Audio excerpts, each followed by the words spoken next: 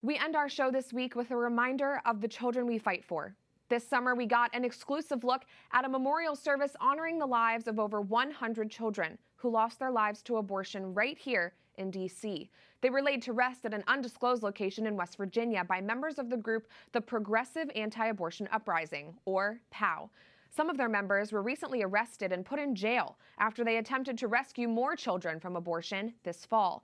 In the new year, we'll have more information for you about their ongoing cases, but for now, we remember the lives we fight for. We now commend these infants, or these unborn, preborn, to that same embrace of love, in the hope that they will rejoice and be happy in the presence of Christ. A group of 9 pro-lifers gathered in a peaceful glade for a sweet yet somber ceremony honoring the lives of these children, assumed to have been killed by abortion. They were buried by Father Bill Kaczynski in this spot on April 1st, 2022, just days after their bodies were found and handed over to Teresa Bukovac. Now, just over a year later, a headstone has been set atop their grave. It was snow, it was sleet, it was rain, but I felt that the babies deserved the honor of being given a burial, and so honored, I think, might be the word. The new headstone reads, "Here lie the mortal remains of 110 human babies of the over 58 million killed in utero by legalized abortion in the United States of America." It also carries the inscription of a quote by Pope St. John Paul II, which reads in part that the prevalence of abortion in society makes humanity more and more incapable of distinguishing between good and evil. Father Bill recited prayers of dedication over the tombstone and spoke with me about why he felt called to ensure these children had a proper resting place.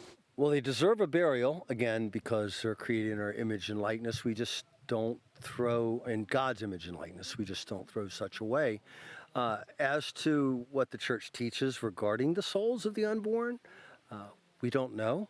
But John Paul II always pointed us toward, and even in speaking of the deceased brothers and sisters who were killed, that we can trust in God's mercy that they are indeed with him. The initial discovery of these babies came as a shock to those throughout the D.C. area. They were given to Bukovac and her colleague Lauren Handy by the truck driver tasked with transporting the babies from Curtis Bay Medical Waste Services. He handed over their remains in a large brown box. We didn't know for sure what was in the box, but we wanted to be prepared. Then Lauren cut open the box. We had a Catholic deacon present. Inside the box, there was a red bag, and she cut open the red bag, and inside were what looked like dozens of tiny turquoise circular plastic cups.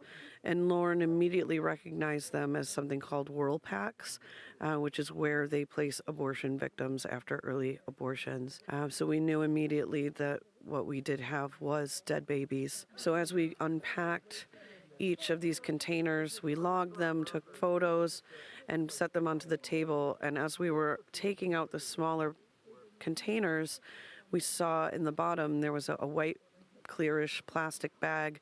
And when Lauren lifted it up, there were 5 much larger buckets. Along with the remains of these 110 children, 5 others were found in the box. A group of medical experts, including former abortionists, determined that those 5 had been aborted much later in pregnancy. She lifted out the most beautiful baby boy. His skin was pink. He was completely intact. We regularly carry around a 22-week fetal model in our activism, and this baby was so much bigger than that. So we knew immediately we were looking at a baby probably 30 weeks or more. One of the children was still inside its unpunctured amniotic sac, meaning he or she was likely born alive and left to die. Teresa described seeing the burial ground of the younger 110 children as a moment of truth. The truth is here. The truth is buried here on this mountain.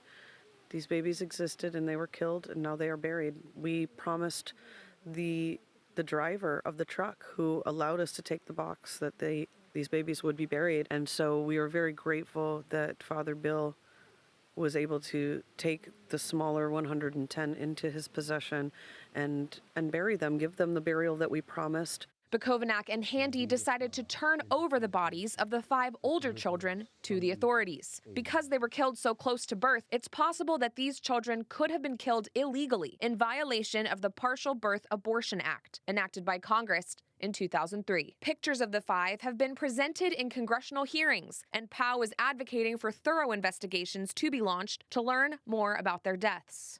Bukovac says the burial of their smaller 110 counterparts is a moment that demands even more justice for babies killed by abortion. This is the pathway to a national ban. If we want to end abortion in this country, especially in these later gestational ages, we've got to show who the victims were. And in order to do that, we need to hold their killer accountable, and the American people need to see what is happening. So we're asking members of Congress to do the right thing, to be brave, and to not let this moment pass. We must rescue every day to save the children from the slaughter.